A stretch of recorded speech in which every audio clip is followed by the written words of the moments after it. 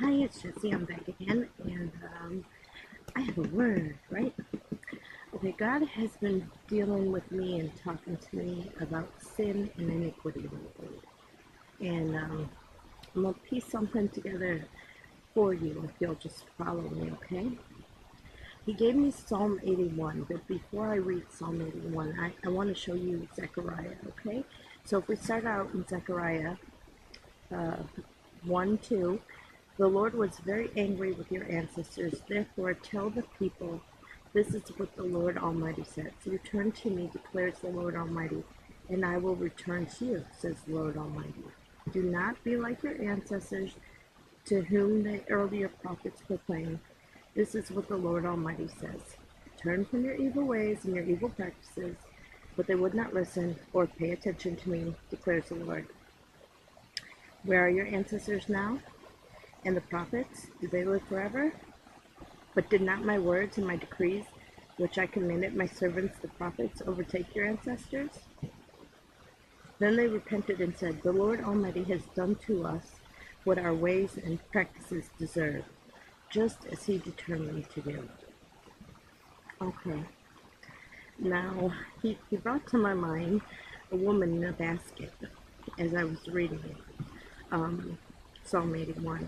But I'm going to show you this woman in a basket first, okay?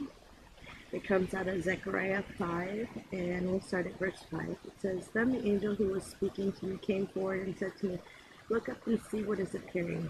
I asked, what is this? He replied, it is a basket. And he added, this is iniquity. This is the iniquity of the people throughout the land. Then the cover of lead was raised, and there in the basket sat a woman. He said, this is wickedness. And he pushed her back into the basket and pushed its lead cover down on it.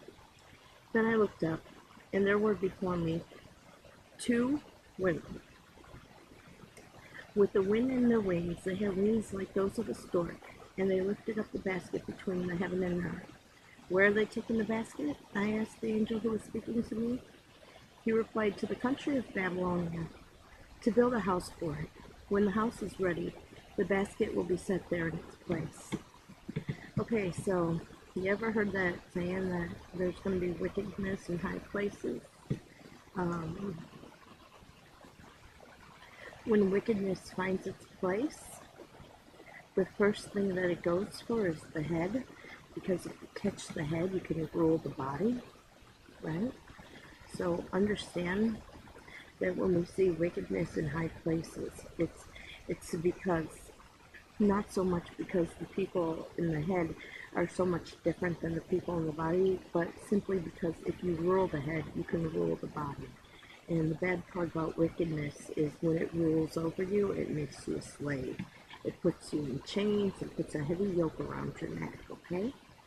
Now, if we turn over to Psalm 81, this is where God had pointed me to this morning. I heard an unknown voice say, I removed the burden from their shoulders, and their hands were set free from the basket. In your distress you called, and I rescued you. I answered you out of a thundercloud. I tested you at the waters of Meribah. Hear me, my people, and I will warn you.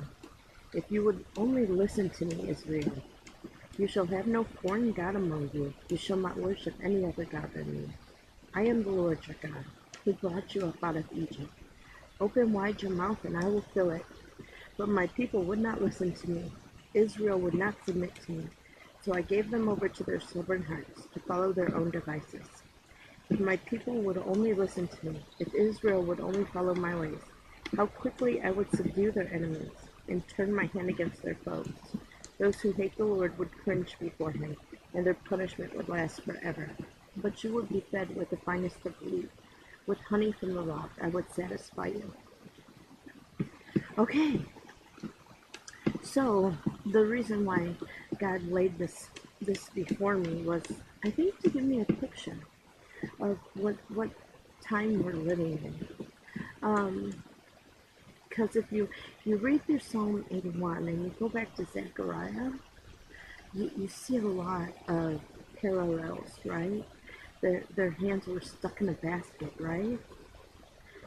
and they got their hands set free from the basket by turning to the Lord, right?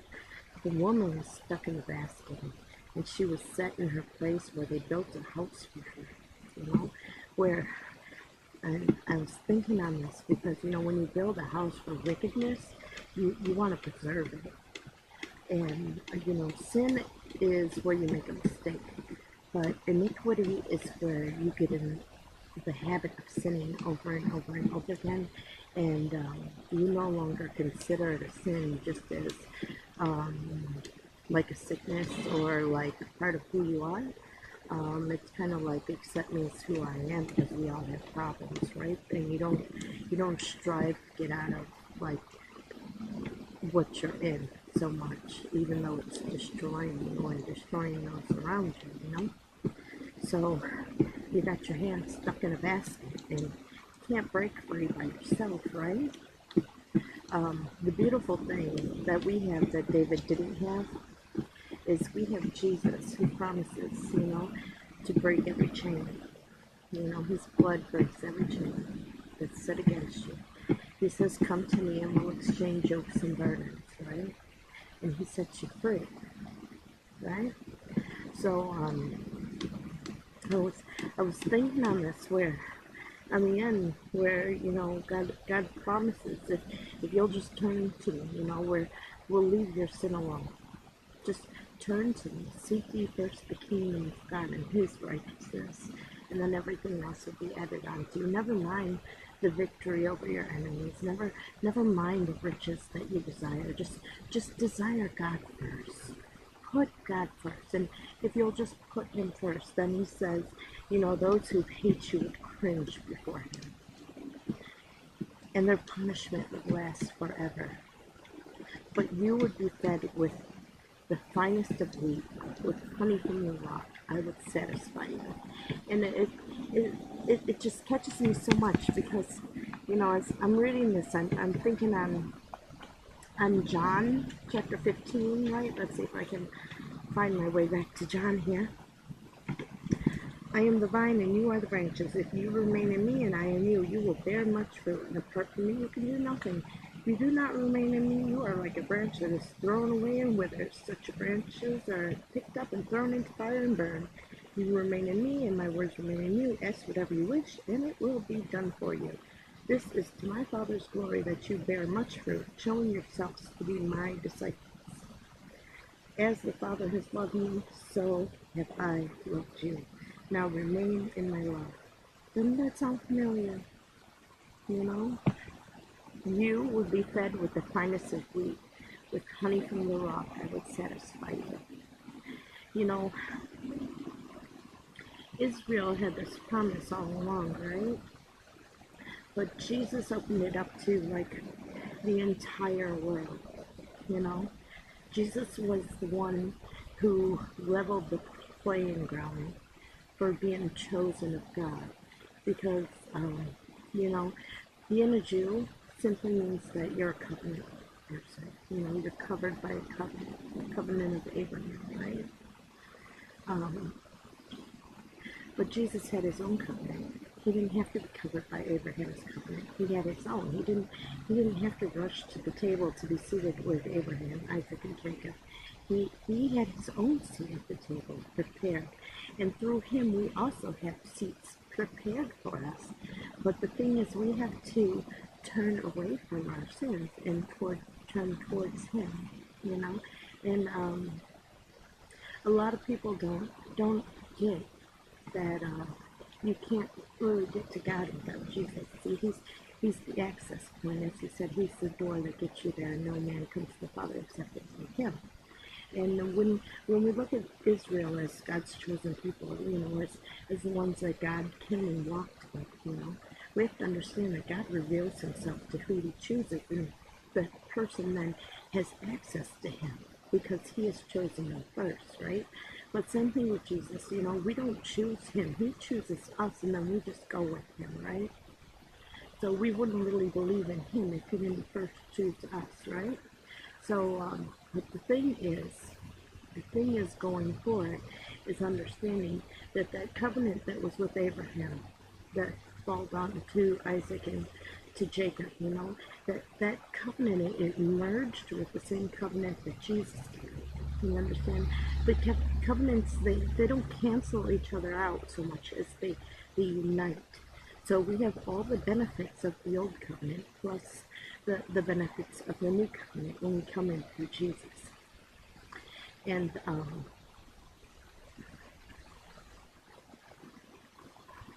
do we say this?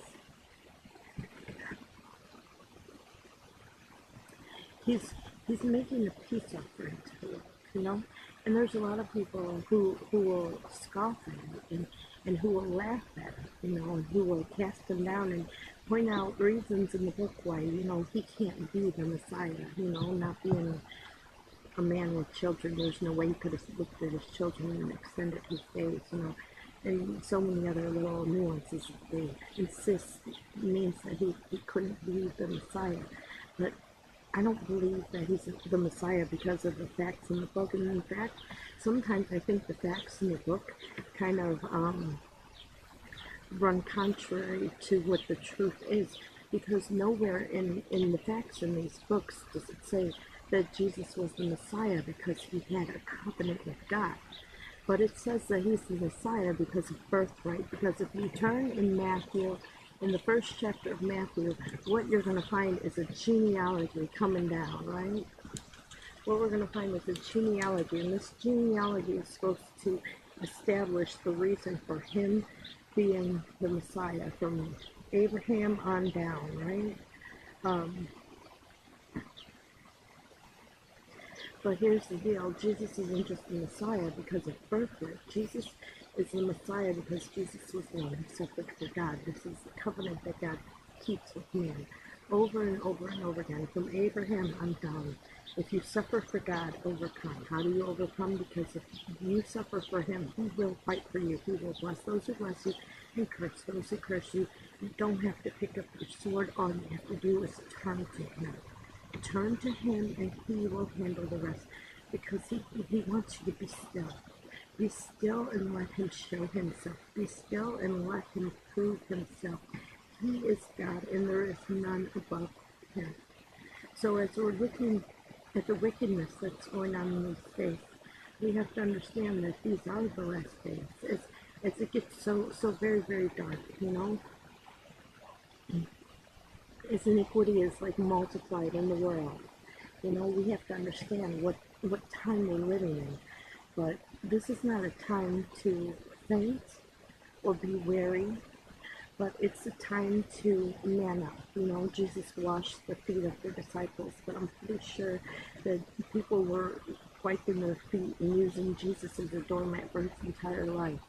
The big difference between being beat down by something and embracing and lifting it up is all in your mindset. If you're going to be beat down, you're going to give in to these sins because you won't know how to live with yourself. But if you turn yourself around and look at God, you can choose to suffer for him and pay attention, be still, and watch him go to work, because he wants you to know that he is God and there is none above him.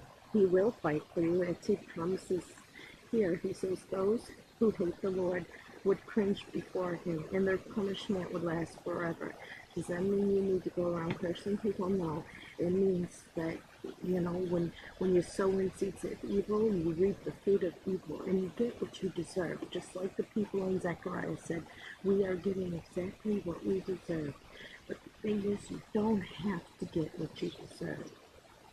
All you have to do is return to God, and he'll forgive you, he'll heal you, he'll wash your sins away, he'll create in you a clean heart, he'll renew in you a right spirit, he'll take that stone of heart out and give you a heart of flesh. He will make you new. He doesn't make things new, he makes all things new.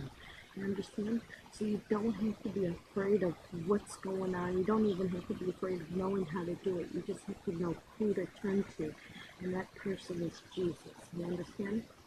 So that is the word that I'm bringing forward to you today. There is no time to turn to him, because when the judgment comes, we'll all be sitting here going, we got what we deserve. But we don't have to. We can turn to him now, and perhaps the wrath will turn away. We just repent and return. Have a good day.